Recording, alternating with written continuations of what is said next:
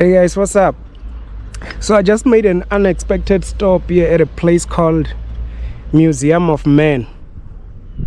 So I want us to do a little tour and see what this place looks like and what it's about. Let's go.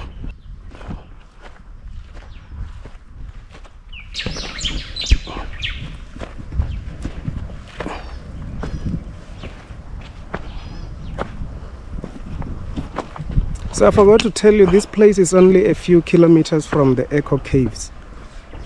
Just down the road is the Echo Caves.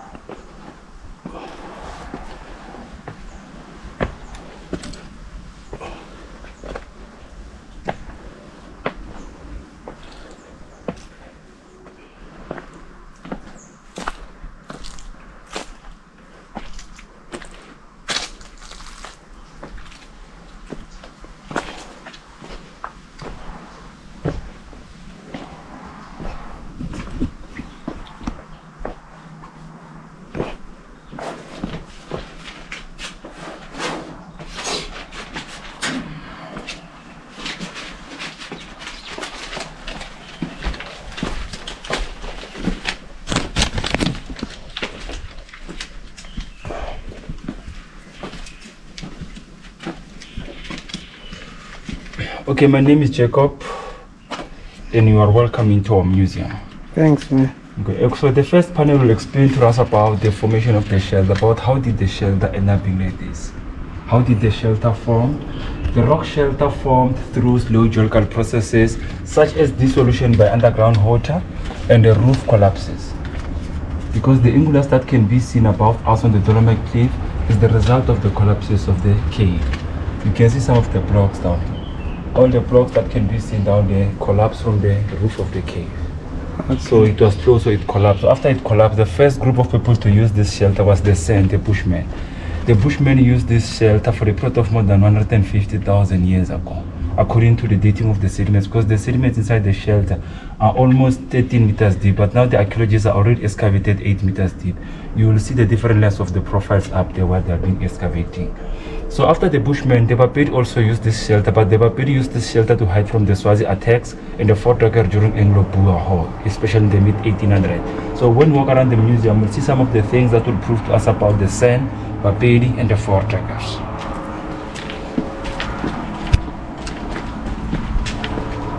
And here on the rock table, we have the animal fossils and the plant fossils. These ones are the animal fossils.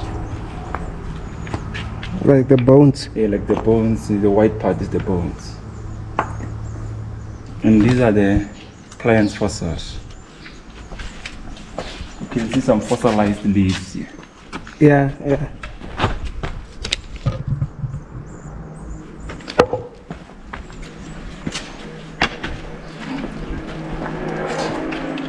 Okay, so here we talk about what can be seen on the wall, the things that can be seen on the walls.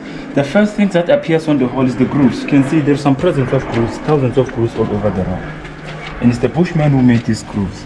But for now, the meaning is very difficult for archaeologists to really find what is the meaning of these grooves. Maybe this was part of the ritual markings, or maybe they used the grooves for counting. It might be days or animal daycare, something like that. And another things on the wall are the rock paintings, but unfortunately the rock paintings around the shelter are not well preserved, they are poorly preserved. For example, here, they used the computer software to see some of the fading Bushman paintings. And the picture was taken next to Atlas. I will show you where the picture was taken. But for now, I'm going to show some of the recent painting from the Iron Age. Just the painting of a man holding a bow and a with the hands like this. And here's the painting of a giraffe.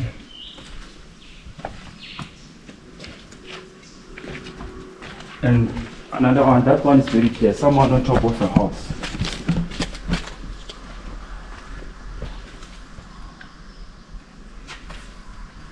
And up there is some white paintings. We have warthog, flagvarken, and ostrich. Okay, so inside there is the sediments, it's the different deposits from the Bushmen. It's the areas that people use this shelter for the proto thousands of years ago. And the first excavations around there was led by Professor J. Ilo from University of Pretoria. He excavated here for 10 years. And in 1971, the skeleton of a little baby boy from the sun was found in here, the bones of that baby. The baby was, it looks like the baby was buried on top of animal skin and wearing a necklace made from the ostrich eggshell. So according to the radiocarbon dating the bones, they were dating back about 9,500 years ago, during later Stone Age. So even now, the bones are being kept safe at Wits University. But around here, I will show you the picture about the burial of the baby. So since from 2015, it's international, people who are working are international, mostly from France. But since from 2015, it's the French government who are funding this project. They started in 2014 to fund this project. Some archaeologists are from Italy, some from Germany, some students from Zimbabwe, Mozambique, and Oxford. They are working 1 month every year. So the next excavations will be this year from the mid-September to the mid-October.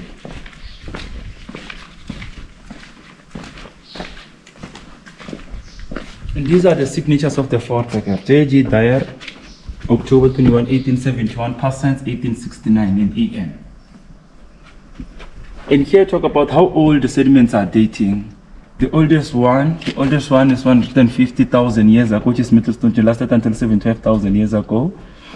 Is the lower face of the scaffold, and the upper one is the Middlestone, later stone, 16,000 to 9,000. And those later metal, they were hunters-gatherers.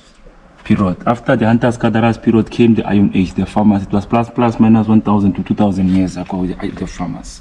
And the archaeology used two techniques to date the sediments. The older one, which is metal stone, they used luminescence, and the younger ones, they used radiocarbon dating.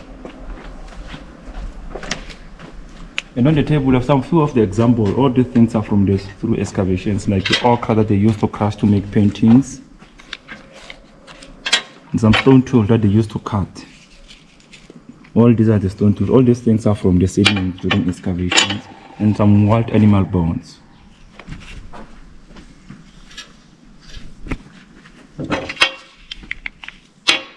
And these are the ceramic pots from Pedi.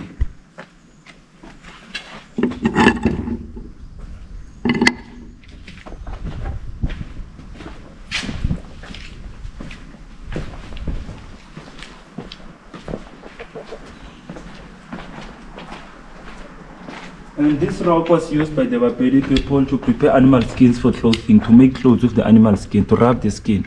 That's why the rock is being polished like this and being smooth. It's because of the animal fats from the skin when they were rubbing the skin to make clothes. And here we have the formation of the stalactites and the stalagmites. One of the evidence that this place was really a cave before, because it means the pillar formed while the place was still closed as a cave by the mineral dripping little bit by little bit, forming another rock. And these are the oldest Bushman paintings that are fading away. Even there was some painting here and even here.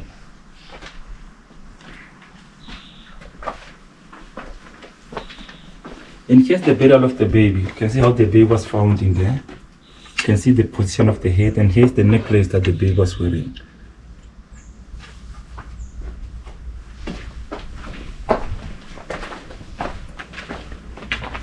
And this is not the rest, that's artificial one. Is the you just place it because of why snakes are so very important to the Bushmen. Snakes are so important to the Bushmen because the Bushmen use that venom from the snakes to apply it on the tip of their arrows to shoot the animals with that poison, to kill the animals with that poison.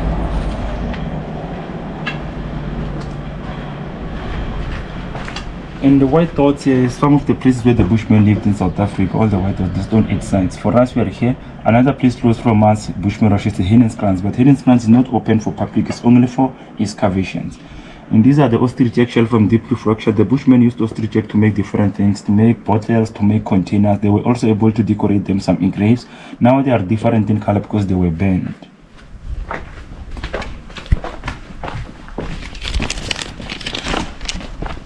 And here were some sort of the grading stones that were used by the farmers. The grading stones and something like to stamp millets. So they actually placed this stuff because here on the panel they talk about when did the farmers came in South Africa, when did the people begin farming and keeping livestock in Southern Africa. It was about 2000 years to 1800 people started to cultivate it to keep livestock. So because to that they were able to manufacturing of the ceramic pots or the iron smelting. So some of the things that the archaeologists found in there during on the Iron Age layers is the fossil feces. That they used the fossil feces to trace what kind of food people were eating, which mostly was sorghum and millet, or what kind of diseases were present before the arrival of the first Europeans in the area. And these ones are the ceramic heads from Leidenberg Museum, dating back about 680. You can find the original and the replicas at Leidenberg.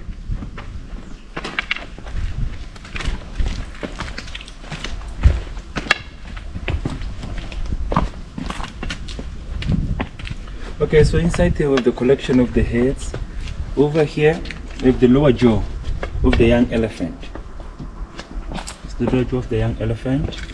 And we have horse, zebra, baboon, hyena, horse, shoulder blade bone of giraffe, warthog, and mountain goat.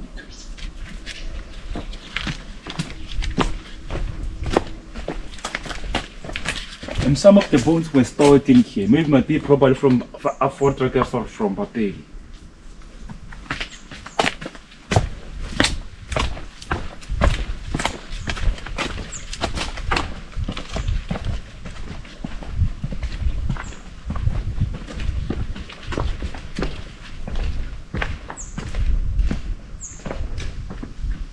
Okay, some of the things around the some are the original, some are just the replicas. This is the original ox wagon from the Voortrekkers. It's the transport that they used to come here, using horses to pull it. So the wagon was found down there broken. So you can see some planks are new. So they fixed the wagon with some new planks and brought it up here in 1958. And here with the beater, fire blower, for iron smelting, and the ox yoke, and the plower, and the finger music, and the Voortrekkers bread pans to bake bread. And this is the general view of the museum in 1970. Discovering of the hooded snake in 1986. And this is the group, different group of people who are currently working here. For example, they have Aurora and Guillaume from France. These two are the directors of the excavations, and Giulia Ricci from Italy, Dr. Christine from Wales, Dr. Maria from University of Pretoria, Viola from Germany. And over here we have another, some of the collection of the things that people used. Some of those things that we still use in them, we still have them at home, like the poke pots and shoe repairs. And this is the collection of the replicas of rock art of South Africa from KZN, Free State, and Eastern Cape. These are not the original paintings, just the replicas. And the story of these three dots is written on the border. The legend is that the locals believed in various sized figures, ghosts, that moved in and out of the shelter, and it was later discovered that the Voortrekker men had hidden their wives and children in the shelter, their dresses creating the illusion. So the locals would refer to the Bapiri. First time Bapiri people during that time seeing wives and kids of the fort, they were scared by their dress because according to them they thought they were ghosts because they were dressing different during that time. As for the Bapiri, they were used to dress with animal skins, and the Voortrekkers came dressed such like this. Even the color was different. Okay, thank you. That was a great tour, my man. That